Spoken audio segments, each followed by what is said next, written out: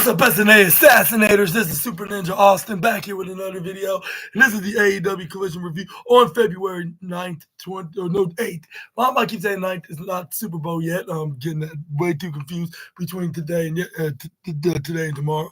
But it's February 8th, 2025. We're going to be talking about what exactly went down on the Saturday night show. And man, what an amazing show! That Anthony Khan is booked. Like he made your boy SNA, your boy SNA here, like 99 or not, if not 96 or 75% happy with what he just saw tonight because he was well sports entertained, and he cannot wait for next Saturday at AEW Grand Slam.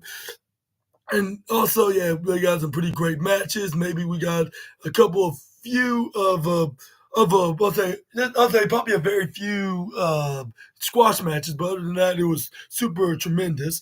I'll say, except for one thing, onto a very awesome segment, like in particular, but other than like I said, other than that, the show was pretty great. But we're go venture everything what went down. We got some top 3, if not 5, list of matches that we're going to be talking about today, and a very awesome segment, like I just said, which not going to get any ordinary trophy of the Goofy Wrestling, which is going to get the very huge, ginormous platinum trophy, what I'm going to get into in just a moment. But let's get on to the show. After we got what's his name?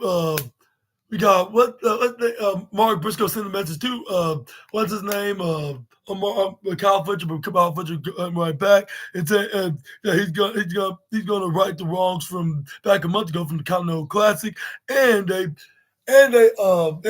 said there's gonna be a little warm up match. That match that he's going to be doing next week, but it's where we got the Death Riders of all people. Then he came in the ring first with John Moxley said, like, I'm getting tired of the rated R superstar Adam Copeland trying to challenge me for my championship. Like, all he does, like, think he's gonna throw, all he think he does, like, throwing away around to get what he wants. Like, you want to throw that around? Like, well, no, you don't have no power, Cope. Like, I have a list of about 1,000 reasons why I'm not gonna give you that title shot to you, Adam. And then this where then fans start like, why not? Like, we can give him up with 1,000 reasons why he should get a shot at the title. And I totally agree on to that statement from the fans.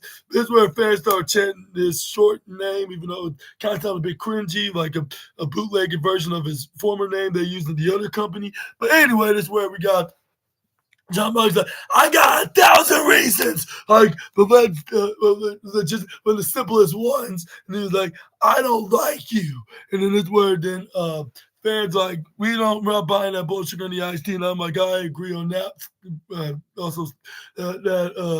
From the fans. But that's where the John Moxley, you don't know anything about me. You don't know a single thing about what's on AEW. Like, so you can take this child and you can stick it up right up your ass. And then it's where then fans start booing him even louder because that was some very harsh words that he said to the rated R superstar. That's where John Moxley, but if you want to fight without the championship being on the line, we can do it anytime, but anywhere. Heck, we can even do it on Rosenberg. We can do it in Toronto. We can do it in Cincinnati. Like, I was like, why do you have to bring this up? And this is where he even said, like, Nashville as well, after he said it. He's like, we can even do it next week on Australia, which that kind of sounds very confusing, but at the same time, they're talking about, like, a non-title fight, so I guess that's not really a hypocritical statement from the Lunatic Fringe, or no, that's not his nickname. Is the leader of the Death Riders, let me rephrase that. That's where Here's what John Moxley and Cope, like, he's like, if I think if it's time to break that neck of yours once and for all, like, you're not coming back from that. Like a threat that his friends threatened Cope before, back a few months ago. Or a few years ago, I mean to say, when he was over at the other company. But this is where John Moxley ended the promo right there with him and Marina Shafir then leaving the building. But luckily, we got the show being better after that very horrible promo that John Moxley just cut, kayfabe speaking, not reality speaking, of course. But this is where we got Adam Cole came out with Roderick Strong, Kyle O'Reilly. Then this is where then they did their entrances, like if they're still in the other company, but at the same time, they even make it even more cooler when they're in this company. But yeah, this is where we got But that's where then we eventually got the team of what's his name, Daniel Garcia and Matt Menard, and what's his name, Matt Menard, Daniel Garcia, and the Cole and Angelo Parker came out because they got this match going. But before I get into that, I want to tell you that we got like another match that was finally been announced for AEW Grand Slam, which is in 7 days from now.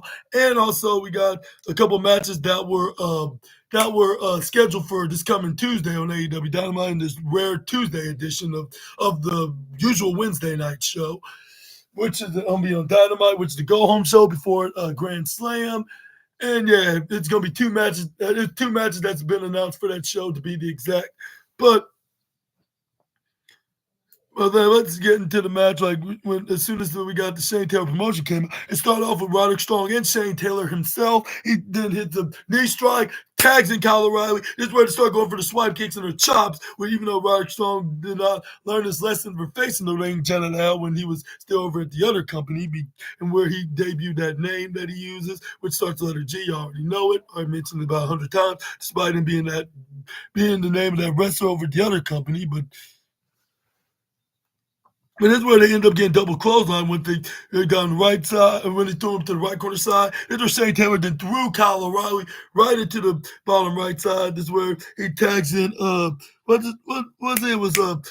It was Carly Bravo, but this is where then Sean Dean came in. This is where they start taking turns, hitting their flying elbows and forearm strikes right to the face onto Kyle O'Reilly. This is where we got Carly Bravo hit a discus clothesline that looked very devastating. This is where he kissed his biceps. So like after he did that, when he was kneeling down, tried to go for a pin to Kyle, but Kyle managed to kick out. This is where we got what's his name? That's where then we had a botch right here, or if not already, when Carl Bravo Irish whip Kyle right to the right side. That's where they go for. That's where then Kyle had to bounce right back to the ropes to get that tag for Matt Menard. This is where he showed. This is where they sold this like if it was not supposed to happen. This is where Matt Menard was like, "What are you doing? Still doing in the ring? I tagged you in. Now you get back, go back to your boys. You incompetent SOB. This where then he hit some knife edge chops onto after the infantry. Carly Bravo then attacks him from behind, but it's where he ends up cornering him right to the side. Get to him to about with what's his name with him and his brother, kayfabe brother, Angelo Parker, and then an elbow drop right into the face along with him. This where got Matt Menard tripping right over. This where he that's where we got what's his name, Angelo Parker then use Matt Menard's back like a stepping stool, hit an elbow drop. This where we got. That's where Adam Cole then what's his name tag tags in what's his name in a friendly way to to Angelo Park. This is where he goes for a pump kick, which they did a handshake because they're both cool. That's where then Matt Menard said, "Yeah, like I'm here competing tonight on Collision, like on live on TNT, simulcasting on Max. Like he got his headset, and he normally would have like when he's with Antonio Schiavone and Nigel McGuinness." That's where we got Danny Garcia then got tagged in by Adam Cole. And this where then he started hitting clothesline to both the infantry's Carly Bravo and Sean Dean. This where he got Carly Bravo first right into the bottom left side into right hand when he got right on top of him, right up on the top rope. This where then he threw in his partner Sean Dean into the exact same corner of the lane, back first into the turnbuckle. He went right over him, started hitting some right hands onto him. This where until like the fans are getting hyped up before he got into the count of 10. This where he hit a big old right hand to the face at 10. This is where Shane Taylor came in. Okay, you want to take down my minions? How about try to do the same with me? But they were in the corner, but Danny Garcia managed to hit the forearm strike until what's name grabbed onto his head, start twisting it, trying to wrench it like side to side, like if it's a human nuts, the screw nuts. This is where we got. That's where I got Carly Bravo that gets tagged in. This is where he gets a double no, or he was already the legal man. He needs him. They need Danny right to the back. That's where I got Shane Taylor that hit a leg drop right onto the back of Danny Garcia. That's where then the infantry and Shane Taylor were doing their pose. Like that's where then Shane Taylor like It was like, I'm bringing the Pow Pow Rumble. Like, well, you sitting here right here, like right before they went to their partial commercial break, which is the partial powerful force. But this where then we once they got done with the adverts is where we got it's where then Danny Garcia got back in control. This is where he ends up having no choice because his kayfabe dad and uncle was no longer to be found. This is where he had to tag in Adam Cole. He made his comeback maneuver, including with Roderick Strong and Kyle O'Reilly helping him out with the infantry. It's where then we got Adam Cole nearly beat what's his name? What was it? It was Carvey Bravo, was it? That he nearly he got with the brain. Oh no, was it what or was it what's his name? No, it was what's his name? It was Sean Dean. But if it wasn't for that meddling the dad that's full of magical powers that came in, but luckily Kyle Riley took him out of the match. But it's where he ends up getting taken out by his brother, Angelo Parker. But this is where we got Sean Dean that came back and ring and hit the double under backbreaker onto what's his name, Kyle O'Reilly. But this is where Danny Garcia hit the middle drop kick on him. This is where he tried to grab him. I mean, this is where kicks what's his name, Shane Taylor right in the middle, but he grabs his leg, brings it down, hits a knee right to the face. But luckily, Adam Cole was there to hit a super kick right to his face. It's where it was like Adam Cole, baby, with his that that that hand taunt gesture maneuver he does, he normally do. That's where we knew he gets beaten with a surprise roll, but luckily Adam Cole figured this out before he can even do anything. This is where they end up going for a double clothesline right to each other to Sean Dean. This is where then Roderick Strong tried to pick him up right into his corner. This is where it was like a three-way where the fans were chanting, "This is awesome," and I was like, why not? Like it like since this was a really great match, and I'll say the main event was also really good. But the thing is, like not one of these matches are going to get the golden trophy. They are both going to get the double trophy, which I made my decision of golden trophy of the night. It's just that they both had that, I'll say that aura of entertainment, like, and also some, and that main event spark into these matches. But that's where I got Kyle O'Reilly. Then help out Roderick Strong take on the infantry with him grabbing Sean Dean with Roderick Strong doing the sidewalk slam. Kyle O'Reilly didn't go for the knee right to the midsection right after they did this maneuver. It's where Dan Carson tried to come in and step in, try to sideways suplex, but it's where the infantry came back. It's where they try to go for a double close on, but it's where then Danny then double dodged it. That's where the what's caught him right in the surrounding, like what both Sean Dean and Carly Bravo hit a double stomp until Cool Hand Angelo Parker just started taking out the infantry until Shane Taylor turned him around, hit a big devastating headbutt, followed up with a package power driver, just like if he's that certain prize fighter over the other company. But Kyle O'Reilly came in and hit a swift kick on the hem. That's where when he was in a snapmare sitting position. That's where then Adam Cole and Kyle O'Reilly and Roderick Strong agreed to do their respective strikes. When Kyle O'Reilly goes for a discus forearm, Roderick Strong hit his iconic knee strike, while Adam Cole hits his iconic super kick. This where then we got Kyle O'Reilly then hit a knee strike once right on to Shane Taylor when he rolled out of the ring, right onto the top corner area. This where they did Kyle O'Reilly and Roderick Strong did their double team maneuver with Roderick Strong, then go for the clothesline while what's the name sweeps his legs, Kyle O'Reilly, because he's a fan of Karate Kid. This where Adam Cole nearly hit what's his name that's where he nearly hit what's his name, Sean Dean with the Parama Sunriser. But since that didn't work, he ended up trying to go for his other finishing maneuver when once Sean Dean counted out. But this is where he hit the super kick signature maneuver. Then he hits the boom, which is his other finisher, or should I say it like this, the boom, and he gets the 1, 2, 3. My boys, the Undisputed Kingdom gets the win. Here comes these meddling Death Riders had to come out there and ruin all the fun and try to offer some of their disgusting toxic water, which I was saying, like, aren't you supposed to be drinking it in their locker room? And what they did for you to attack these guys, that's where they even attacked me and the 2.0 as well, like out in the ringside area. But that's where then we got Willa Yuta with all the nerves in the world that he did, like when he started marking Adam Cole by doing the Bebe taunt like that Adam Cole normally would do. But this is where we got Claudio finally got in the ring. This is where he got a microphone. This is where then he said like I wonder why y'all out here. Like we're trying to make an example out of trios that think they're better than us. And like, but I want to ask any last words for our victim here, like which was referring to Adam Cole, before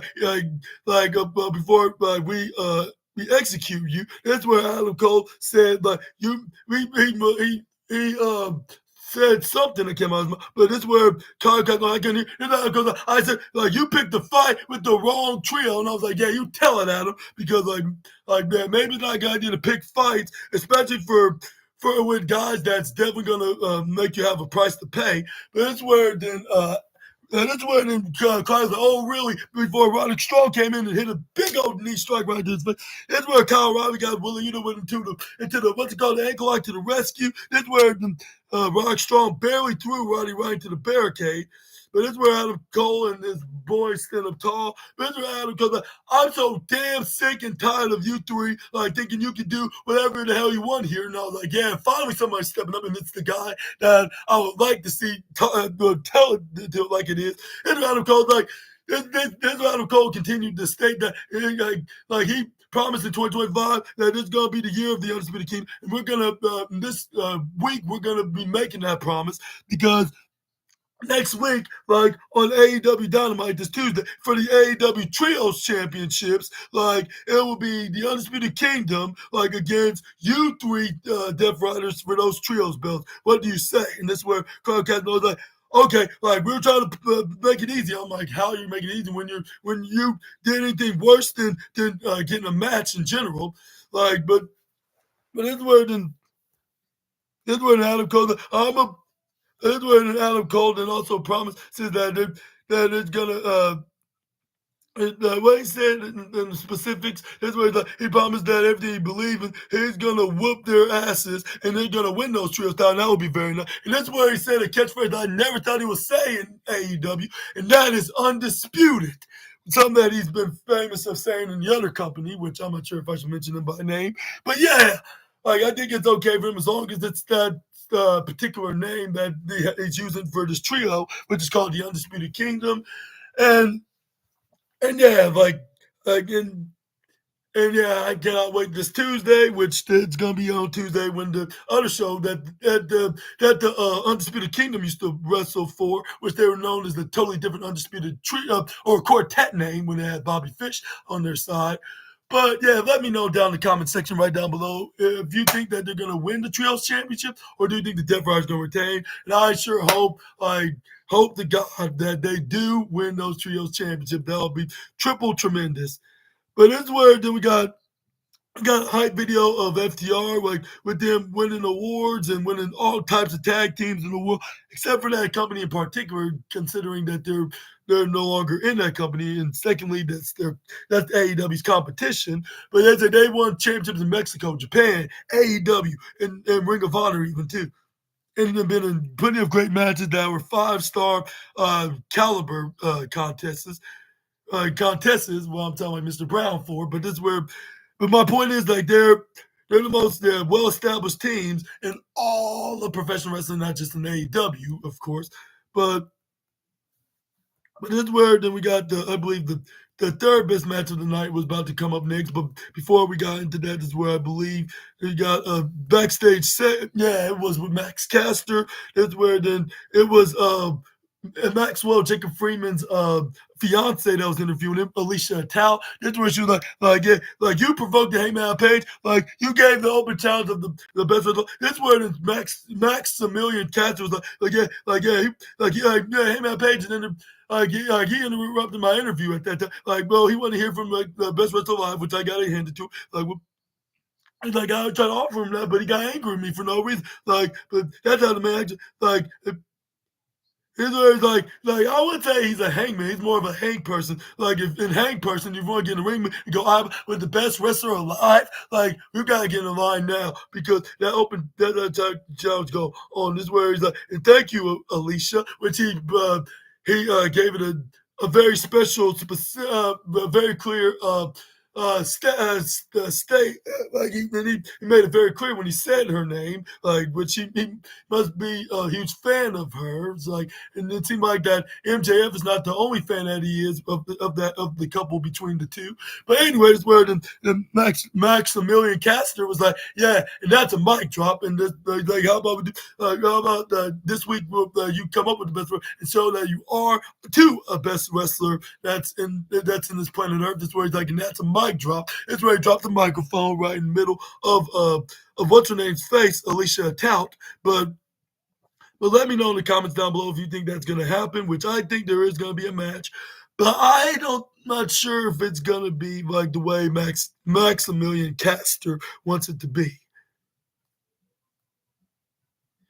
But anyways, that's where we got the third best match of the night was gonna get the bronze trophy, which is the returning Bandito taking on the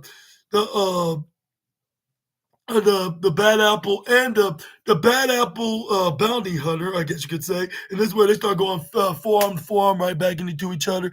And then and uh and what else happened is where then Brian Keith then hit the big old right hand. This is where he demands respect to the fans, to his teacher Chris Jericho, or else he gonna backhand him. But that would be very hilarious. I bet he don't even give a damn that ring general is watching him do so. But anyways, but yeah, this Bandito wasn't the only AEW star that was that made their return in AEW tonight. But this is where we got Bandito running around the ring. This is where we got wasn't it Brian Keith trying to go for a big boot to stop him, but it's where he dodged out of the way with very impressive fashion. Springboard flips like if he was me trying to go for that springboard insecurity that I normally do. But it's where then we got. But that's where he gets dodged by Brian Keith. That's where then Brian Keith gets thrown right to the right court side. But it's where he moved out of the way when what's name was trying to run in the house, but no one was home. Bandito.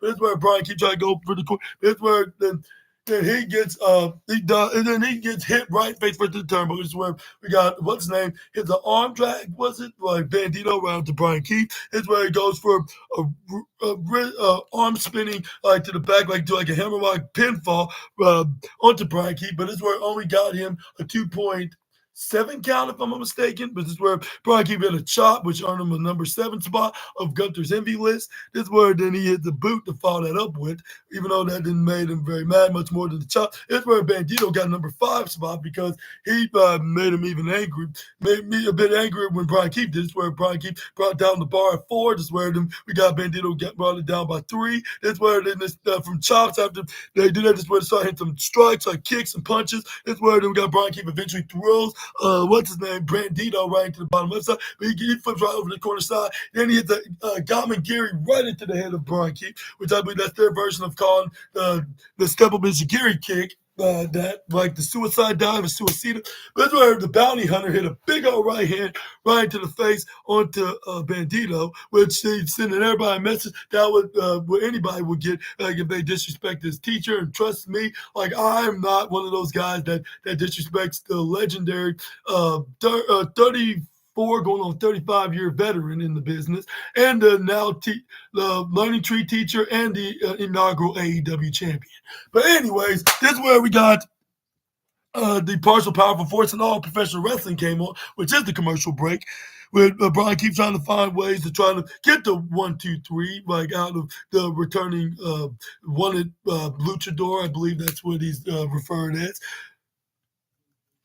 But this is where we got Bandito that hits a fireman's carry flip straight down, like if he hits a move that a certain wrestler of the other companies normally does, but she's about getting ready to retire, like later on in the year. But this is where we got him trying to go for a pin, but this is where Brian Keith ends up kicking out. This is where then we got what's his name, Bandito, then run right to the bottom corner side. This is where we got Brian Keith hits a intercepting clothesline, like if he's a certain man that eats worlds, like just by making everybody repeat his examples. But this is where then we got what's his name, Brian Keith having an example for Bandito to follow. Rule number 1: do not disrespect anybody in the learning tree, especially Chris Jericho. This is where he tried to go for an attack, but this is where he gets kicked right into the face. But this is where he hits him with a big old headbutt right out of nowhere. This is where But yeah, this is where Brian Keith hit a forearm strike while Bandito hits an elbow strike. And even though he was trying to be the serious character, but he's definitely getting golden trophy of Goofy Wrestling of the Night because of it. This is where we got that's where we got what's name hit a big exploder suplex right onto Bandito, right off the upper left corner side, top turnbuckle. This is where both men were down at the moment until they started doing a countdown with over 11 minutes left. We got Harvey Cameron's concert that's about to come out. But let me tell you, that was even a bit more funnier. Like, sorry, Brian Keith, but it was just that the two ladies into the next segment is going to be definitely the most entertaining of the night. But anyway, this is where we got Brian Keith hitting the knife edge chops repeatedly right to the chest, which he got himself right to the second place spot. But Bandito tried to get to the first place spot, but he couldn't beat Dax Harwood's record. That's where then he ends up. That's where Brian Keith had to step up into Giri, like after he started hitting those repeated chops. That's where we got Nigel McGuinness then trying to have a nerve to steal my gimmick of trying to get ready for some popcorn because we're about to have a very entertaining show, even much more entertaining show. Like after this very entertaining match is where we got Brian Keith and Bandito and nodded their heads right to each other when they looked right behind each other, like which they start marching from their corners diagonally, right, with Bandito going to the upper right side of the ring, while what's his name was going to the bottom left side. That's where then it looked like they were actually in the Western, which some might call wrestling Western. But that's where then that's where they go for a running drop kick. That's where they end up hitting each other right to the face. With the fans start chanting "Holy sugar, honey, iced tea," or no, they didn't censor it out. So I guess you could say "Holy shit" chants. But that's the only time I'm probably gonna be saying it. Like and trust me and believe me, I won't say it again. But anyway, this is where we got. But this is where we got Brian Keith went head to head with what's his name? Banditos, where I try to go for a double underhook power driver, but this is where wasn't Bandito flip around, but he gets slapped across the face like if he just called Chris Jericho a very insulting word. But this is where we got Bandito. They caught him when Brian Keith was running his way back in the middle from the left side. He gets picked up right to the reverse side, like in the fireman's carry. Hits a knee right into the face. This is where we got Bandito to right into now you're right where I want you. This is where he went right to the right corner side. He flips right forward and then hits a German super right onto Brian Keith to get the 1, 2, 3 and winner of this match, Bandito. And I want to give him a big, ginormous congratulations next to the Undisputed Kingdom and the other winners of tonight's AEW Collision, because this was a very tremendous one. But yeah,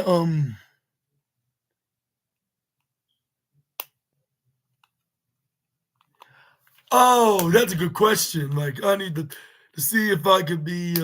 I'll say. I mean, I probably would be available, but see if I can find a way there to do that. Like in the post game, like I would have. I probably might make the trip like up there with family, and probably if they do get that huge dub tomorrow. But anyways, yeah. But I wonder what day it might be. Probably will be like Wednesday or Thursday after the big game. Yeah.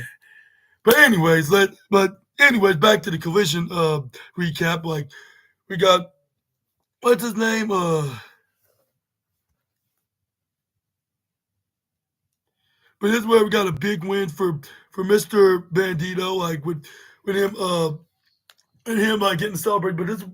But yeah, Nigel McGuinness said, I'm gonna get out my popcorn, which I was like, hey, that's my gimmick. Like get your own thing. Like the only person that says you're gonna get their popcorn is yours truly, Mr. Super Ninja Austin. Not trying to sound like that. Amanda Sakurai, whatever her name is, Sakuri, whatever her name is, like that claims that she got the catchphrase of put some respect to my name or whatnot. Not trying to sound like her, but it's just the facts. Like I've been saying that like there's something entertaining happening, but this is where we got a backstage interview after the. It's where the it's where the Power Top's like, well, it seemed like that Big Bill, like your boy didn't collect no bounties tonight, right? But guess what? Like I'm gonna be in Texas all week long before we make the trip over to what like what he said like like, hey, big Bill, like your boy didn't collect the bounty. They promised he would. Like, but don't worry. Like, I'm gonna be in Texas all week long. Like, before we make the trip over to Australia. Like, I'm gonna look for this. Like, let's see. Like, you actually want to fight me in Austin, or let's see the big redwood is nothing but a big bad baby. And then that's when I was like, that's the most PG insult that I've ever heard in AEW. But that's where we got the La Faction, or LFI, I believe that's what they say for short. That's their names are. And yeah, I hope I do make the trip to the best city of the United States as well. Yeah, so I can see my back to back, what they call back to back Super Bowl Chiefs, like become three peats. But yeah, like I'm gonna probably give you assassinators an update on to that. Like when if like when that does happen, because I'm speaking into existence that they're gonna win tomorrow. But anyways, let's talk about like LFI. Then was in action. This is where they took on these three enhancement guys. Where it started off with Beast Mortals and let this poor guy had with them strikes, punches, some body drops. This is where then we got a double team maneuver with Jalistico and Bruce after he hits his very painful looking middle drop kick right into the face with him saying this iconic catchphrase, even though it's a bit too generic. You get the bull, you're going to get the horns, even though he has his own mix into it. It's where the but it's where they did a post match beat down on this poor guy. This is where we got. But it's where we got these. This is where we got one of the enhancement guys' partners then came and started stepping. But this is where it was too late because they ended up getting taken out as well. Until the luchador that cannot even spell his own name, Commander with a K, came out and tried to come for the save. But still, he was outnumbered because the wrestling math by the time was a little bit too.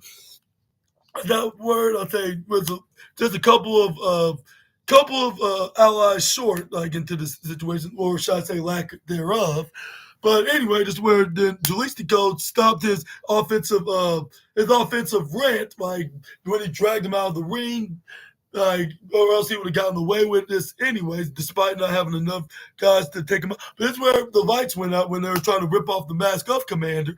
But it's where we saw onto the Titantron that we saw the return of Hologram with him walking down the street. But he used his powerful teleportation of into another dimension, like then created a portal right off in the middle of a street wall. That's where he went right through the portal. That's where he was loading, and then the upgrade of his system was completed, which Antonio Schiavone then pointed that out. That it says right up on the Titantron. And when he came out, took out the La Faction, like it is where he sent him on the way packing. That's where there was like he's no longer in hologram. He is real life, and I'm like maybe he should be a bit more of a maybe more of a term, kind of, maybe more of a name rather than what he's actually what he is described to be. Maybe he should be known as Lifeogram, I guess, even though it kind of sounds corny, but at least it's better than real life what Nigel McGuinness would call it because he's the worst name caller in the world.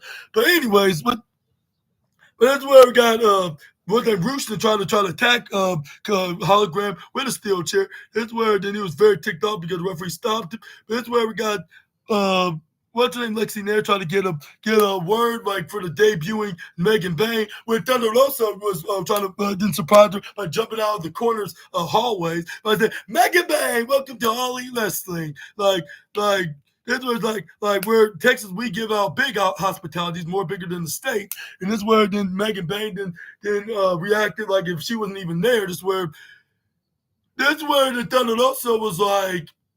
Oh, like she, like her making a big debut. I did not expect her to make in a way with her having the biggest attitude in the division. This is where she. That's where the Thunder Rosa was like, but none of that matters. Like she just got here, so I'm gonna give her a break. Like, but biggest hospitality I'm gonna be giving. Like I'm gonna.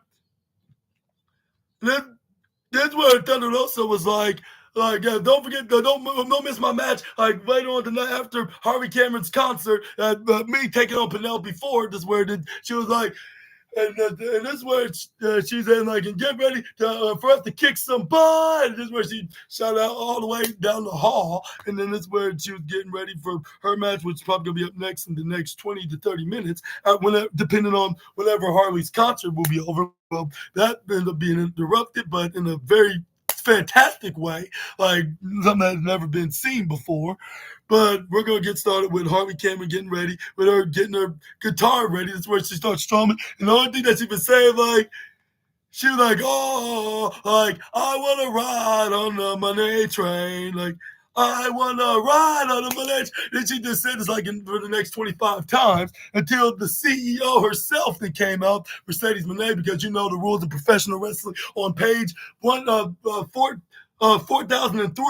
That's the guaranteed maneuvers. The on page 1408, like this where she came out, she was like, how many times I have to tell you, like for the thousandth time, like, are you stupid or are you dumb? Like you said this past Wednesday on Dynamite, like when she was using that puppet, like that looks exactly like the CEO herself.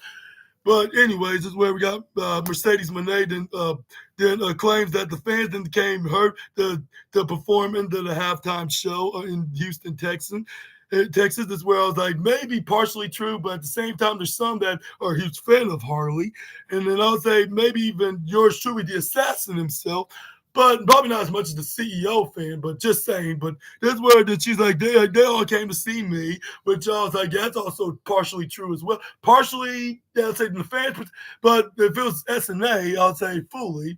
But it's where she shouted out to the Houston fans by saying, Houston, like, say hello to your CEO. And then I said hello, like if I'm in attendance there. Obviously, I wasn't even in their text, Houston. But I believe the guy that hates the CEOs there, which is the man that has five-time world championships under his belt. But that's a different video for a different day. But this is where then the CEO herself went up to her and said, I don't know how many times I also had to tell you that, like, how much of a loser that you are. And this where then she's like, sure, like you're about to interrupt my second song of the evening, and it's like I died with crying with laughter. And now I see Mercedes Moné, like, you got 4 belts, like I got. What she said, like when she had 4 belts, and I got what she said, like in particular, I'm trying to think, like she was like, hey, it's good to see you, like Mercedes Moné, and she's like, I see you got 4 belts, but I got one. But I got one. But I got one dream in mind. Like, so why did you come out here tonight? Like, and let me, like, and give you the run. Like, and I the legal way of acting. Like, well, I think are not, and I. And I'm not, and this is not coming from your favorite Super Ninja assassin. It became from the girl that raises the rap, and it was none other than Harvey Cameron. Like, you're nothing but a what she said, a cunning coward or something like that. And yeah, like I said, it was Harley's words, not your favorite Super Ninja Assassin's word. But it's where then Harley Cameron did, like, you're afraid to feel the rap, and then it's time for you to feel the rap, she said, like, for the next 30 times. And this where then the CEO it starts sarcastically, start dancing. Like, I like that beat, like, yeah, keep it coming. Like, until she went right in front of the guitar. This is where she's like, all right, like, and this is where she take a page out of our favorite learning tree teacher's playbook, and this in his time for the past 30 years in wrestling is a shut the hell up. And this is where then half the fans cheered while the other half was booing. This is where the CEO then continues to, like, just put that down for once. Like, yeah, I see how talented you are, Harvey. Let's get real, like, for real. Like, I mean, like, if there's anything real about you, with her pointing right in front of her, right in the top, like if she's Thomas Thunderstorm, because I think, like, nothing against her having such surgeries of plastic, but yeah, she has it right in front. Like, with her, right after she said that, and there's anything real about you, with her, like, and that's where then, and I started down. I was like, yeah, like, this is why they're getting the platinum trophy of the night. But this is where, like, I don't think that, I don't know what who told you that you're gonna get over with that, especially with that abomination of a puppet that's behind your back. Like, and, like why are you thinking you gonna check like? Like you think that you deserve a shot at my TBS champion when that exact same puppet it can probably can wrestle 10 times better than you could ever will, and I'm like, damn, that's a damn shame. But I just double phrase right there with the swear words. But yeah, I guess that's true because considering who is representing, but it's where she's like, I would suggest you to get the hell out of my ring because you're not in my level and you're just nothing but a loser. And that's where Harley Cameron did snapped and freaked out. I think she went a bit too far into this little breakdown, like or meltdown that she was having right here, right after these very harshful words from the CEO. That's where she then said, then she thought stating that like that she's been this is her first time being in this level, and she was like, and what you all you've been saying right, about me, Mercedes, and you're 100% right. And this is what she was like, and she was like, and if I only ever dreamed to achieve on my career in this business, like what you already have for the last dozens of years, this is where the fans are caught against an out of character moment at that time. This was, but it's like, but at the same time, like she was like I've been worked my hardest ever since I got here, and I'm not gonna be stopping just yet. And then this word, and this word that she was like, and well, she didn't state it before she went too far by saying this phrase, but this word after she said that she's not going to be ending anytime soon. This word she was like, I would love nothing more and to face you in her home city in Brisbane, like which I believe that is true because she said her home city of Brisbane, Australia, and her home country for the TBS title. And she was like, she's a game changer for sure. That's nothing that no one can change that about her, or nothing can nobody can think that this was like in her whole career, like the most entertaining that she's ever been by trying to roast her, like which I think she went way too far. This where she was like, where I got my hands and this where and this her and like I said, like else like she said when she called her a cunning coward, like double C if I guess you could say. This where she was like the only time that you were very entertaining when I have my hand up your puppet little ass, and her words not mine because I'm not trying to sound like a creep, but I'm just letting you guys know. But this is where the CEO did the right thing and slapped her across her right in her face, which who could blame her? This is where fans start chanting Harley. This is where I gotta admit this was very funny when her shouting on the microphone and said, feel the wrath! And this is where she hit her with the jaw with the microphone, and this is where she fell rolling out of the ring, which was some good selling from the CEO, but very painful though, like, and I felt so bad. But this is where the fans start chanting for Harley, which is the only good thing about this, what we're going to be hearing from next, was from the CEO by saying, like, yeah, Harley, if you want to shot at the TBS Championship at Grand Slam next Saturday, well, you're on just to prove my point that you're not on my level. And this was like, and one more thing, Harley, like I can't wait to appear in front of your fans and from your family, and I will show the entire world like that I am the CEO. And this is where she dropped the microphone and let her know that. And yeah, like, and I think all this what they said was true. Like, and we're gonna probably see a pretty impressive impression from Harley.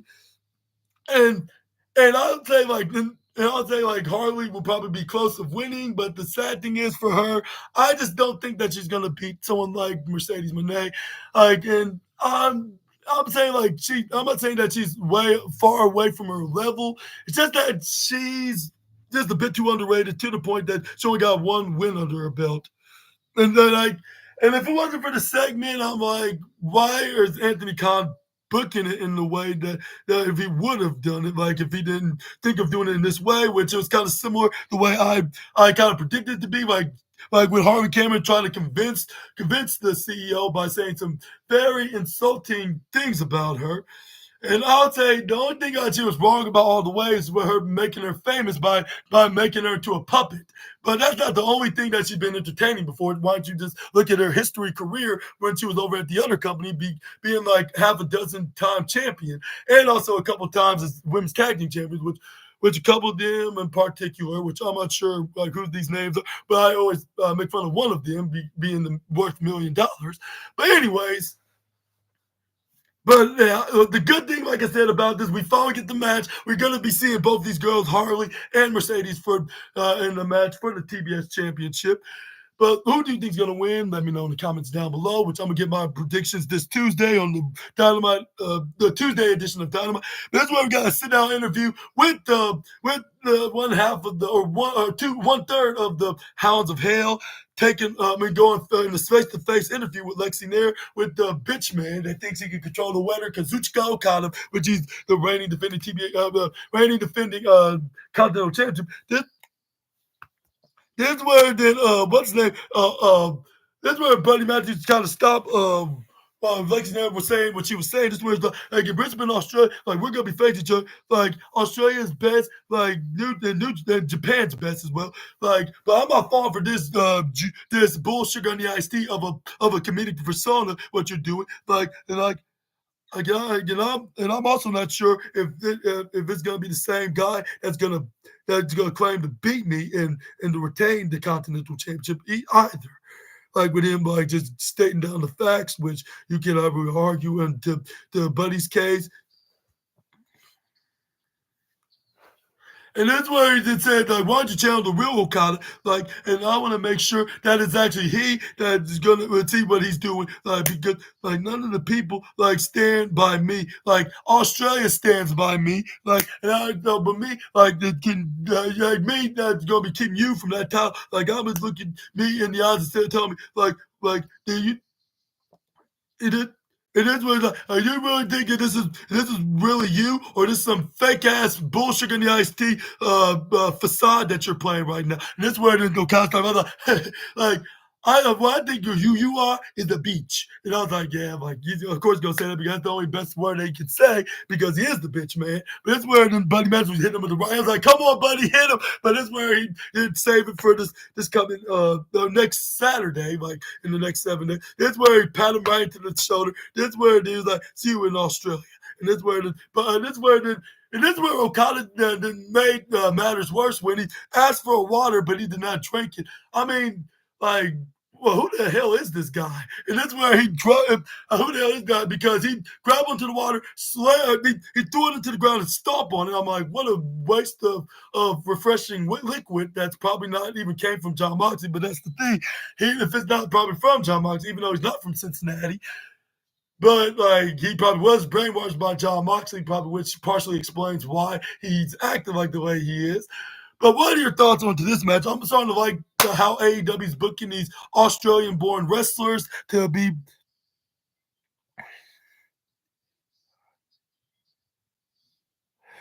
Thank you so much. I'm glad to be somebody's favorite hero onto the YouTube industry. But anyways, this is where we got Dustin Rhodes was in action, which this probably lasted for like 5 seconds because he had the only person he had in his mind was Mr. Maxwell Jacob Freeman. But yeah, like that mean, but for this, for you assassinator that's watching this video, that means the whole world to me of being a favorite of onto the SNA community and for the YouTube community overall as well, and the internet community as well. Like not to mention. But let me know down in the comments. I'm starting to like how AEW is doing this. I didn't like with all I'll say with all four of these Australian-born wrestlers are going to be challenging all these Australian-born wrestlers except for one, like is going to be challenging for championship, and then for like one out of these three Australian-born wrestlers going to come out with the victory. I'll say that's kind of the sad thing because considering they're going to be in their home country and it's going to be kind of embarrassing and it's going to be a little bit humiliating, but at the same time, it's a dream come true when you look at it in a reality perspective. Like when you finally get a chance to compete in a big wrestling event, like in your home state or not home, your home country and city of that specific continent, if I'm saying it correctly, but. And that's where Dustin Rhodes won in 5 seconds. That's where Dustin Rhodes went right back and we went right on the microphone saying, Maxwell Jacob Freeman. And us fans were like, yes, even though we're not Mr. Maxwell Jacob Freeman that he stated, but he is the people's scumbag, which the former AEW World Champion referred himself. but then Dustin Rhodes said, "You're not the devil." Like, and then last week I told you I already went to hell, and I look at the actual devil right in his eyes, and I kicked his teeth down his damn throat. With him saying that with his voice, that's where Dustin is at, and I ripped, tear the claw. Again, the reason why is because I am a super survivor, and that's where then Dustin Rhodes, I am like I am the I am a I am a 56-year-old last member of my kind and my own generation in this industry. And he's like, while you're at home, lazing around in your hometown of Long Island, New York, like, decided came into work and do a little bit of a warm up match because I wanted to challenge you in the match. And I'm gonna show you, I got a passion of blood, sweat, and something that you don't have, Max. And then this where then he continued on the promo, saying that next week on his hometown in Town in Austin, Texas, which that sounds like the most handsomest name in the United States and in the planet of the Earth. But that's where the Dustin Rhodes is and that's where Dustin Rhodes ended the promo by saying, "I'm gonna drag you down to hell, and I'm gonna show you to meet you the actual devil, and I'm gonna give you the Texas-sized ass whooping like that you long to deserve, Max." That's what Dustin Rhodes said onto this promo.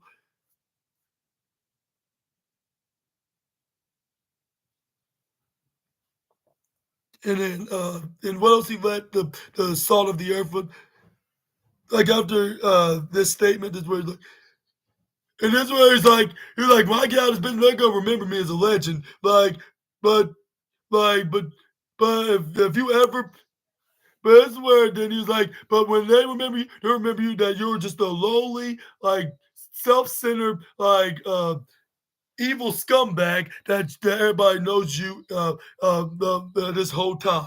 And this is where he's like, but if they do ever remember you, like they'll never remember me. And then this is where he used the B bomb, which is bitch. But this is where he dropped the microphone right onto in the ring. This is where he give up the. And who do you think is going to win this match this coming Tuesday? Let me know in the comments, which is the second match that's been announced next to the trios match. So speaking of which, this is where then we got the Bastard Pack, which is the only time I'm going to call him by his nickname. This is where we got Claudio Castagnoli and you to send a message on the. That's where Pack then let the Undisputed Kingdom. There's only very few individuals that's on their level. And this is where then he. They welcome their challenge, and it's like they're gonna be they're true challengers of nonetheless. And he's like, and they are the elite of the elite. And I'm like, I thought that was Kenny Omega and the Young Bucks, but that's a different video for a different day. To discuss that. But it's where it's like they're gonna bury them, like pretty much. This where then the crowd can know like Adam, like we respect your confidence, of being in competition, but and this. And that's what it was like, but we're gonna be pulling some teeth out down your mouth, which I think that's oral attempted murder, I guess you could call it. But it's where it's like because they're the absolute best, which I don't know if that even make any sense by threatening to kill the mouths of the opponents and trying to wish the devil upon them. But that's where we got Thunder Rosa was in the building because she was in her home country of. I mean, what am I even saying right now? But they're not in Australia. In their home state of Texas with the Houston Texans, what they call the Houston Texans, what they call mascot Toro, I believe in that, which he was dressed up like a luchador, getting ready to look like he's about to fight with the former AEW Women's Champion. But this is where the Chief came up, high fiving the fans. This is where the Chief match getting into the ring. This is where we got Thunder Rosa took off her cowgirl's pink stitching off, like if she's a Latina Barbie, I guess you could call her. Just don't tell that women's champion over at the other company that I told what the meta that. But this is where we got the super bad girl came out, which was Penelope Ford, super generic nickname, but I guess that I guess that works on her gimmick because that's what she basically is. But this is where this match definitely gets the silver trophy because this women's match like looked like if this was the main event, like I believe nobody wouldn't mind about this. This is where Thunder Rosa go for a headlock on the Penelope before, slams it to the ground until she got the scissors lock right around what's her name's legs, Penelope. This is where Thunder Rosa then was like, this is where the Thunder Rosa like, all right, big girl, like put on your big girl pants on. This is where then they go for a grapple. This is where she pushed right into the upper right corner side. This is where she tried to go for a knife edge chop. But this is where we got Penelope before, then blocked. But this is where Thunder Rosa stopped. But this is where she ends up hitting the chop right quick on her. But this is where she throws Rosa right to the bottom left side. This is where then she tried to go for the attack. But this is where Thunder Rosa did a leaping dodge right over that rope, hit an arm drag, not once but twice. This is where Thunder Rosa followed that up with a missile drop kick, sent her right to the bottom left side. This is where the Thunder Rosa shout out her nickname, Meta Meta. And this is where then she goes for a Latina uppercut. This is where then she goes for in the upper corner side, hits a flying clothesline right onto the super bad girl. This is where we got. And this is where we got Thunder Rosa was trying to go for a move, which I assume is probably her signature maneuver, when she got her right up like into like a suplex or position, or maybe even a power drop. But this is where she gets pushed right to the upper right corner side by Penelope. But this is where Penelope was continuing to hit her with some shoulder tackle, shoulder bumps right to the midsection. This is where then. The referee tried to stop her like before she get the count of 5. She got the count of 3. This is where she tried to go for running a tackle move, but it's where Thunder Rosa dodged out of her way. But this is where she gets tripped right over, right onto the corner. This is where she gets double. This is where Penelope Ford hit a double knees right into the midsection on the Thunder Rosa.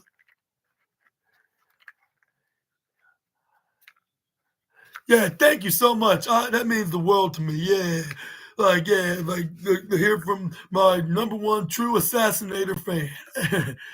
But yeah, always a pleasure to entertain my assassinators. Like, yeah.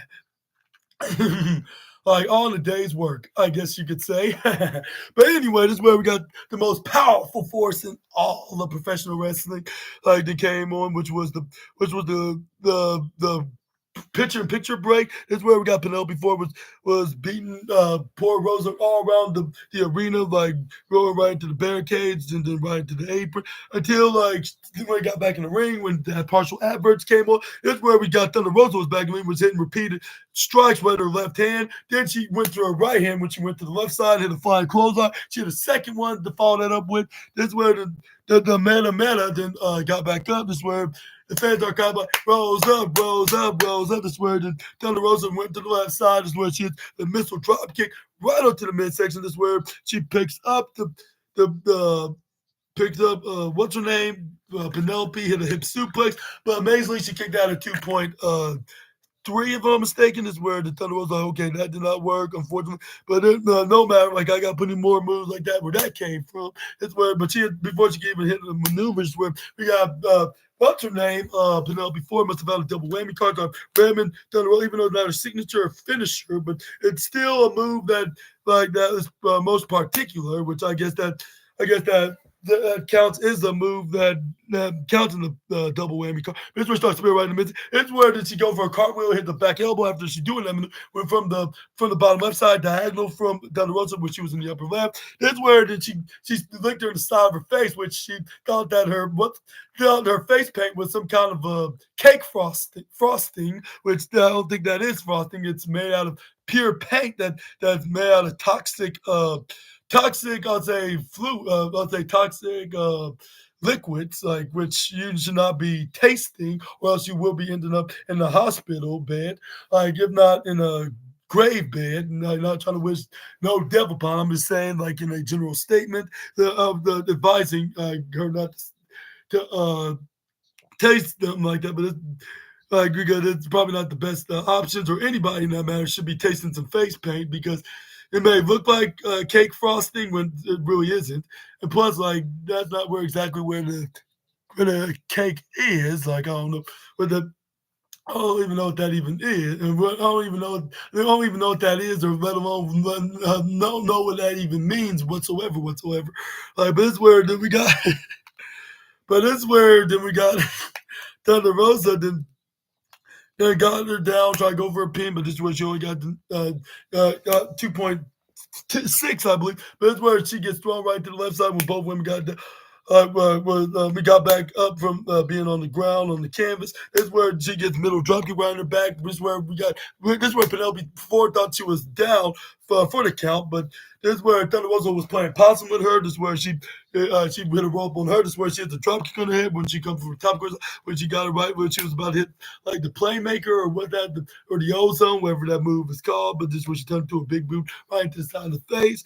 That's what Thunder Rosa did the slit throat. Like after that did not work at 2.8, if I'm not mistaken.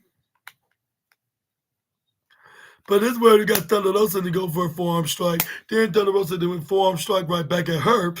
Because whatever type of selection you hit me with, I'm gonna hit it right back at you, like the circle of karma that it is in professional wrestling. But this is where Thunder Rosa tried to go for a clothesline after that, and where she ends up getting hit with a flying cutter, which is something that's new to me that I saw from Penelope before.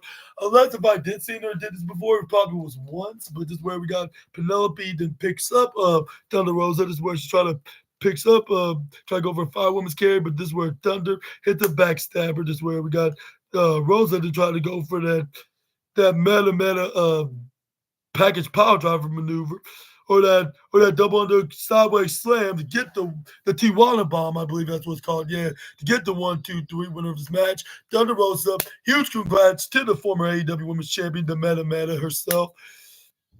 And that's where we got the mascot Toro, the Houston Texans bull, was cheering on like a male cheerleader that he is, depending if it's a male mascot that's underneath the mask. But that's where we got Thunder Rosa yeah, like anybody else want to step up to the meta they can. That's where we found that exact girl that wanted to step foot right on front into the right before the former AEW Women's Championships victory. That's where it was Megan Bain, the same girl that just completely ignored Thunder Rosa earlier, which I believe she has some kind of beef with Rosa, which I understand what's the reason why she does. But this is where she went right back. This is where Thunder Rosa well, you're doing it right now. This is where then she went face to face with her. Only for her to get attacked from behind by Penelope Ford with her hitting her finisher.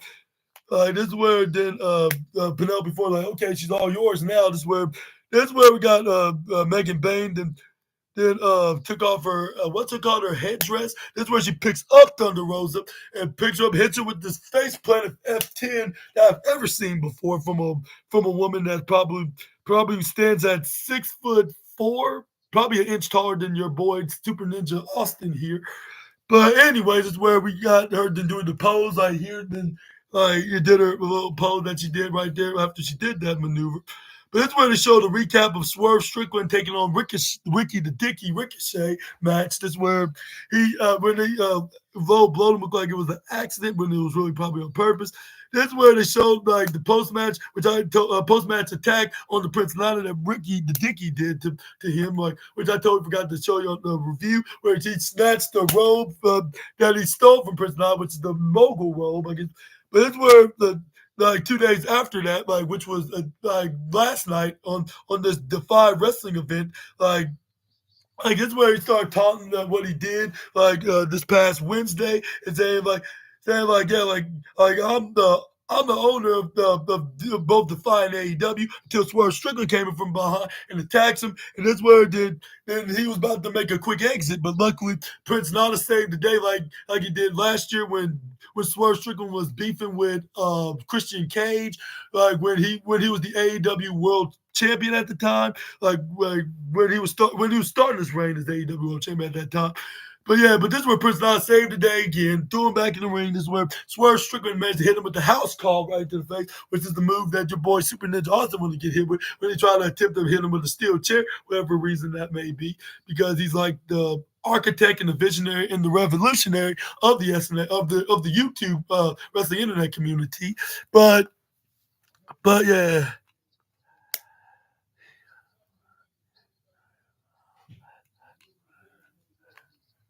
Really, they were. Tell them I said congratulations to them and wish them many more years of happiness. Yeah, if that's the case. But anyways, this is where we got a backstage interview, like inside of the restaurant of the rapping legend himself, Bun B, I believe, which he had his which is fry cook, like cooking the burgers, like right into the grill, like right in front of the table, right into the griddle, like which he was serving it backstage of AEW, like AEW Collision tonight. That's where then he said, yeah, like it's a wonderful night here in Houston with this latest edition of AEW Collision. He's a huge fan, and he thought he would return the favor of bringing the entertainment in his home state. I believe he's from Texas. That's when Ricochet erupted him, like before he can even get into like with him with being cool with Swerve Strickland, because Swerve is in the music industry, like, and he knows legendary rappers just like Bun B. But that's where the Ricochet's like, oh yeah, you're the owner of what they call Triller's Burgers, I believe that's what's called. Yeah, correct me if I'm wrong in the comments if I am, but that's where the Ricochet was. That's where it did. Ricochet was like, yeah, it's very nice to have you, but yeah, you're also, but more important, you're more close to Swerve, aren't you? This was like, but yeah, like I want to let you know that AEW is no longer Swerve's house. AEW now belongs to me, like the what's called the landlord of Swerve's house, and that is Ricky the Dicky Ricochet, which he did say Ricky the Dicky, of course, along with the what's it called the landlord. That's where the that's where the that's where Ricochet continues like, and Mr. B, I hate to be funny, but since you're here in Collision, that means here all these burgers, like they belong to me too, and I'm gonna eat every single one of these. No one's not gonna allow to get a sandwich. Like if you don't mind, bud, like let me try one of these like delicious hamburgers. It's where he tried to take a bite out of it, but I think he immediately spit it right back out there. Like this is very disgusting. He spit it right back in the box with the fans all like, oh, like he did not have to do all that. Like if he, that's where the Bun B was very pissed off. That's where he crossed his arms like about to knock him out before Swerve Strickland comes here and do it himself. That's where the fry cook's like, well, like if it's your taste, like you don't have to eat it. That's where Rick said, like, what the hell he said to me. And that's where the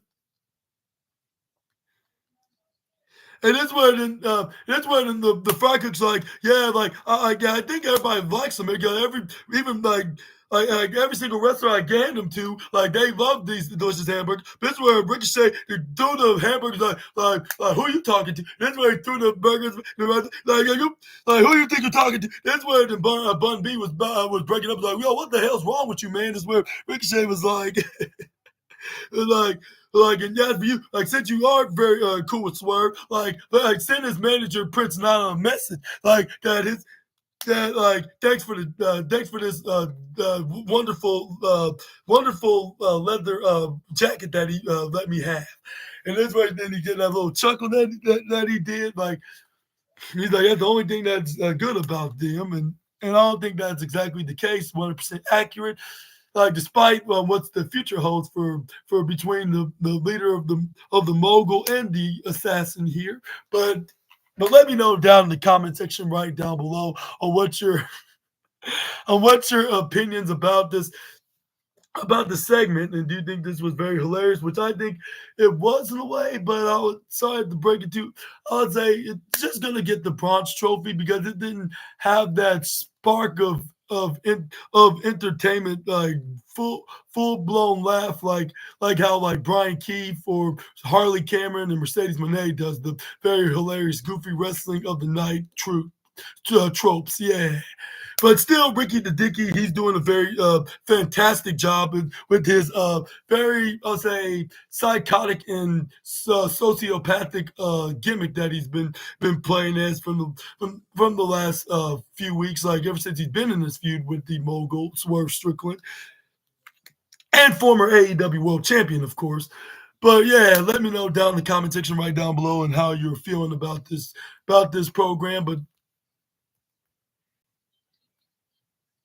let's move on. Let's get into the next match, which was the squash match against this exhibition match with this girl named what was it? it was what was her name? Shay Gibson, I believe, which she kind of looked like Tony Storm. If I didn't know better, I'd probably say this was Tony Storm. But the thing is, no, Shay Carmichael. That's what her name is, Shay Carmichael. That's what her name is. Is where then Mariah May didn't waste no time after hitting the middle drop kick on her, hit a knee strike, then hits her Mayday maneuver, get the 1, 2, 3, and since that again, this where Antonio Schiavone was sounding exactly like your favorite Super Ninja assassin, saying like I'm not sure if Mariah May told her to dress like this, like just be similar like Tony Storm, or like she was or did she genuinely look like this and she was just dressed up like this, happened to dress like this, like in and Mariah May just spotted her into the back locker room or something like that. But either way, like this was a very funny coincidence that she looked similar to the timeless one. But this is where this is where she grabbed onto her handbag, which I understand why she even brought it out into the ring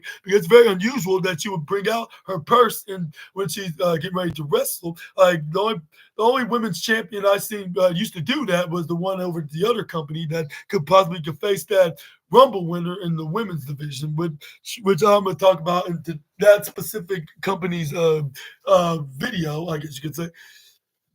But this is where we got Mariah May to grab onto this black cloak, putting it around the arms onto the torso of this enhancement talent.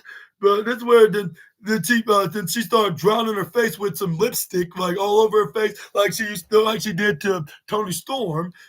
But this is where then we saw the returning butler of time as Tony Storm himself, which y'all will not believe is none other than Luther, which he came out with a plate like that contained something underneath the towel, which it was the same shoe that she used when she hit Tony Storm with. This is where then Luther's like, yeah, watch for the shoes, biscuit, iced tea, chicken, hot cakes, which I probably said it a bit too much of saying that word, but that's where the but that's where then she tried to go back to Shay Carmichael, and this where then she was like you know what? Since I have to shoot right after she tried to swing, what's her name? Luther with the shoe. This where then he done that. He's like, yeah, like you're gonna ruin yeah, you're gonna ruin the day that you try to kill me and Timeless Tony Storm. Like yeah, or Master Timeless Storm, I guess you could say that since that he's the butler. But anyway, this where then Mariah May's like, whatever. She rolled her eyes at him. This word, then she tried to grab onto what's her name to Shay Carmichael, like trying to hit the shoe. But the thing is, it wasn't Shay Carmichael. It was replaced with Timeless Tony Storm herself, and she hit her with a big, devastating headbutt when she got up. Like when Mariah May was stunned that it was her former mentor that was under the cloak rather than what's her name rather than Shay Carmichael, the enhancement. This is where fans are chanting for Tony when Tony got him on the shoulders of Luther, saying like, "Yeah, your time was won and her butler is back, people." But this is where after that segment was over, like and what was your reaction to Luther? Like before I move on to the next segment, like, but yeah, let me know down in the comments what was your reaction of Luther's return, which I had me a bit stunned. I'm like, I would have expected this to happen in Brisbane, Australia at AEW Grand Slam, but so much for that now. But but this is where then the Brian Cage and what's the name was called backstage. Lance Archer and Brian Cage were backstage, were attacking the what's called the all every like enhancement wrestlers and security guards and start throwing them right to the wall in the garage. This is where then. This is where they convinced Mark Davis, like, if you want to be part of Don Callis or Donald Callis family, on how the assassin is man himself. This is where he's like, you gotta get your hands dirty, and that's the fact of life. Like if he's a certain megastar that says like would say. But this is where they start throwing around people. This is where they was like, yeah, and this is just the beginning. If we're gonna be doing this until there's nobody left here, I'm like, but if you do that, well, what's the point of doing? So if you don't have no competition to take down, I guess you could say. But let me know down in the comment section right down below, like how you're liking this to be their personas is they basically just hurt people much more than the Hurt Syndicate do, like more backstage, rather than doing it professionally, just like. Unlike not just like unlike MVP and Shelton Benjamin and Bobby Lashley, which the two are reigning defending AEW Tag Team Champions, by the way. But let me know what your thoughts on to this being the new gimmicks, which that sounds very odd. But up next, we got one Donald Cow's family member that has a match tonight, and that was against Mark Briscoe and then not Davis, his tag partner.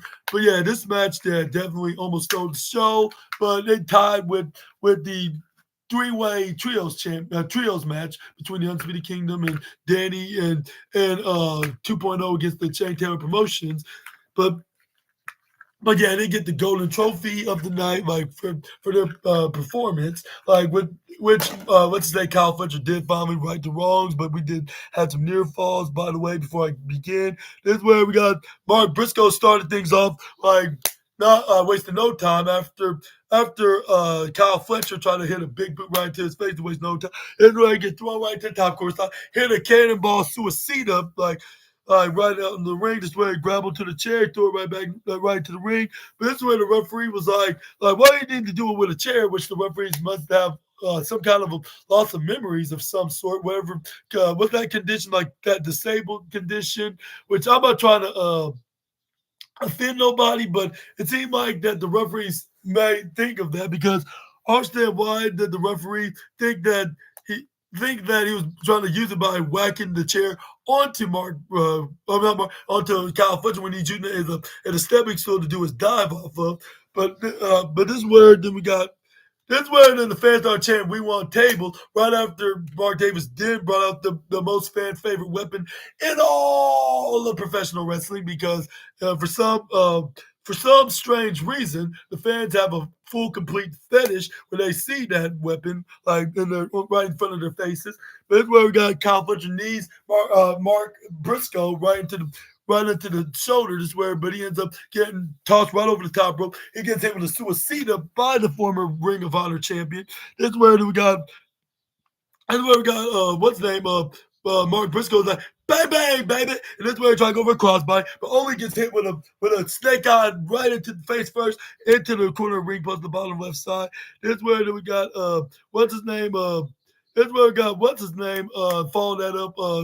Kyle Fletcher hits what they call a power bomb back first right into the apron. This is where Mark Briscoe was kind of looking very terrible, like in his face, because he hit the read of the ring post hard to the point that he started leaking out the red stuff because he went too much face to face with this with the wrestling weapon friends, I guess you could say, which is read of the ring post. But this is where we got Kyle Fletcher eventually got him back in the ring. This is where then he started doing plenty of his I guess you could say his never-ending punishment. He was continuing his never-ending punishment to the former AEW World Champion. This is where fans are chanting for Briscoe. This is where Briscoe fighting back. When the advert came on, it was just an even level, like when nobody was on top until like we got Mark Briscoe to start fighting back by hitting his kung fu, which I'm not sure if I should say like the redneck type of kung fu. I guess I could say it once here, but this is where we got. So I'd say that's colorful next, I should say, even though that's way out of context. I'm just being funny, but this is where we got both men to duck out of each other's strikes onto each other. They went right to their respective corner ropes that was diagonal from each other. Hits a running double clothesline right to each other, like if they're Adam Cole and MJF from AEW All In 2023 when they were fighting for the AEW Championship. But then this is where then we got Mark Briscoe to start fighting back with his kung fu that has colorful necks by hitting an uppercut right onto Kyle Fletcher's necks. Like, ooh. And this way he's going to hit the chops right into the chest, hit a forearm strike, then dip him right to the right side. But this is where Kyle Fletcher threw him right to the right side. But he ends up getting forearm strike right into the face. This is where we got what's his name? Kyle Fletcher get put right into the bottom left side. This is where we got what's his name?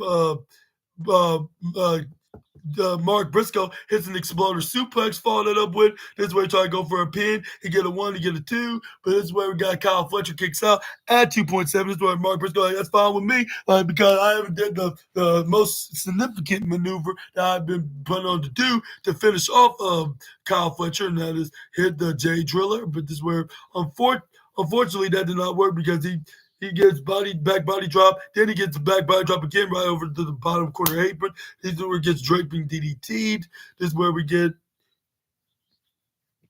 This is where we got what's his name? This is where we got Kyle Fletcher. Then a power bomb onto Mark Briscoe, but he ends up kicking out at 2.8, which what Kyle Fletcher least expected. What he thought he was going to do. That's where they try to go for what they call him. What they call him. What they call a point. What they call a power brain buster maneuver, but it's where he gets hit with a fisherman's buster by Mark Briscoe. Try to go for the froggy bowler, but he ends up getting hit with a Gamengiri. Then he hits him. This way, follow that up with an avalanche suplex. But this is where he tried to go for a close. But this is where he ends up almost knocking out the referee when Kyle Fletcher ducked out of it. But once he was ducking back and looking away, this is where Kyle Fletcher that came out of nowhere, like because he is a slickster, dishonest, conniving heel. He kicks him below the belt, right into the family jewels. I'm like, luckily he's a family man, but that's besides the point. But that's where he hits the brainbuster, but he ends up getting a 1 and a 2, but not a 3. Like once the referee was about to hit 3, right before he even touched the mat, guess who comes out and hits a big old shoulder and legs up at 2.99999 double triple nine minus 1 point away from B3 of the 9. Yep, you guessed it, Mr. Mark Briscoe. This is where then this is where he tried to go for in the a half Nelson suplex. But this is where he ends up flipping right back up. This is where but it's where he lost some. This is where he lost some energy from exhaustion because of him, partially because of the loss of blood on his head.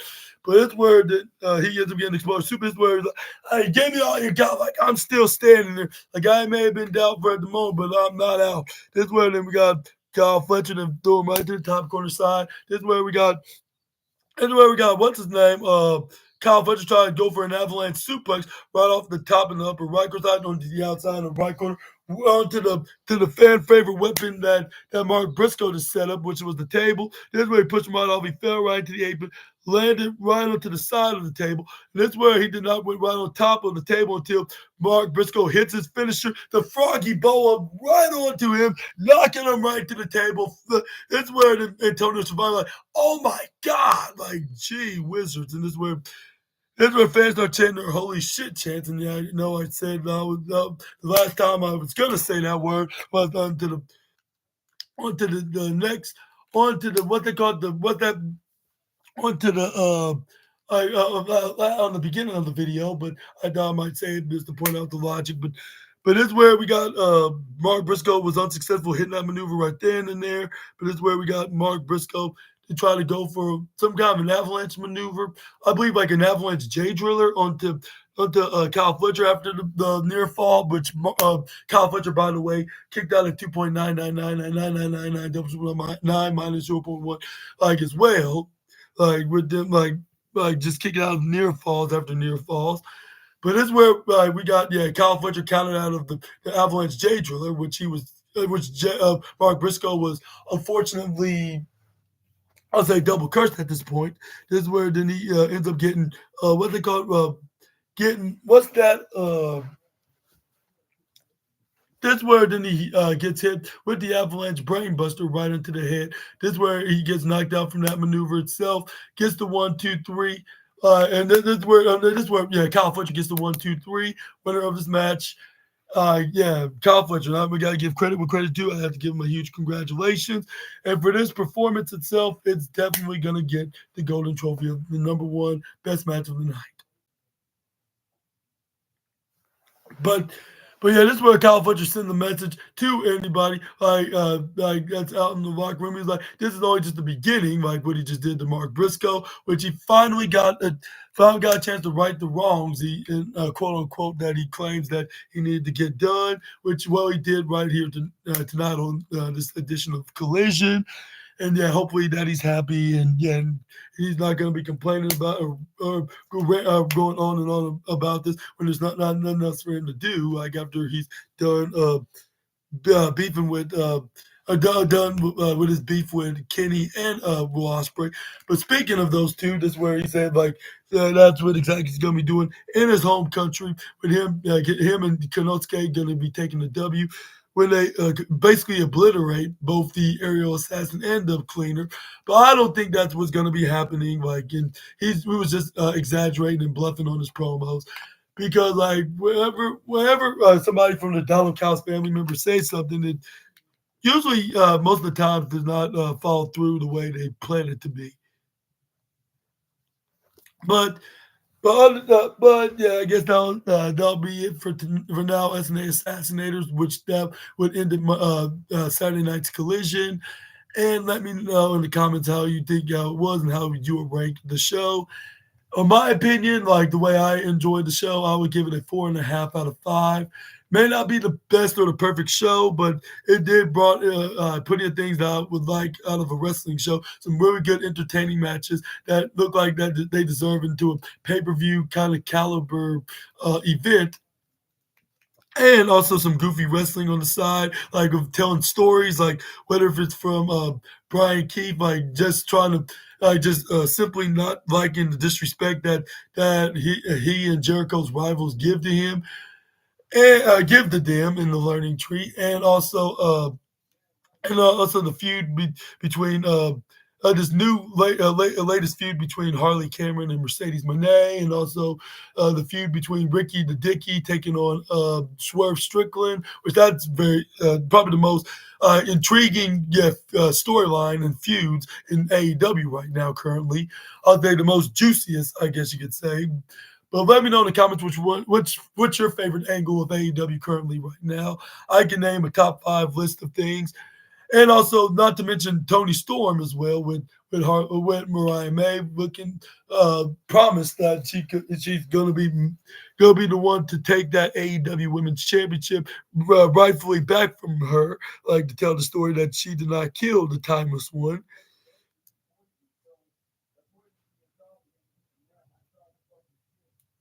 But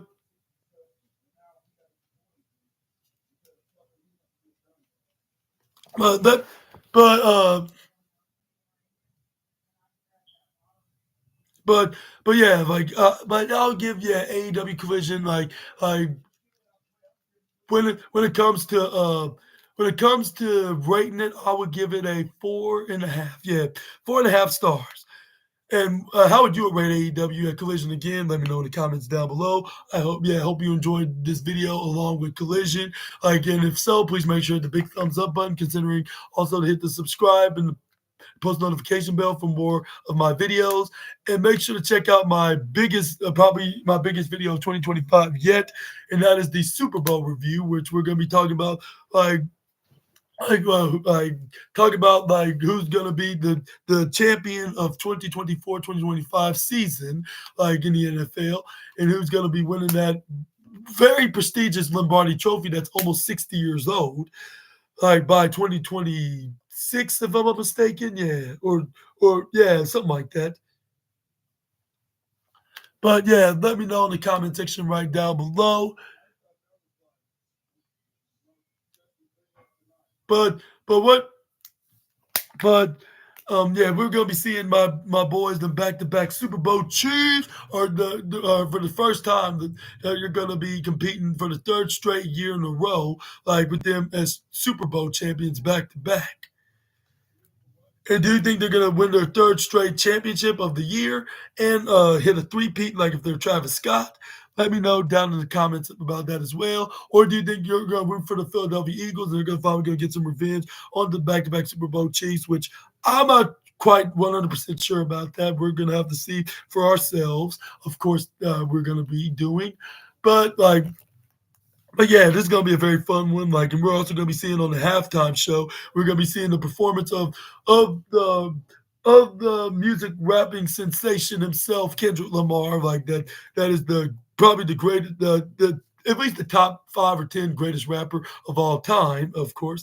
But yeah, he's gonna be performing. Hopefully, he's gonna be bringing even the old school songs that in the OG songs that he originally brought out back like over a dozen years ago, and along with the new stuff, especially Day Out Like Us as well, of course. Yeah, that's the most. Yeah, I'll say that's the most. I'll say the most best song that he put that he made like in recent years. I guess you could put it in that caliber.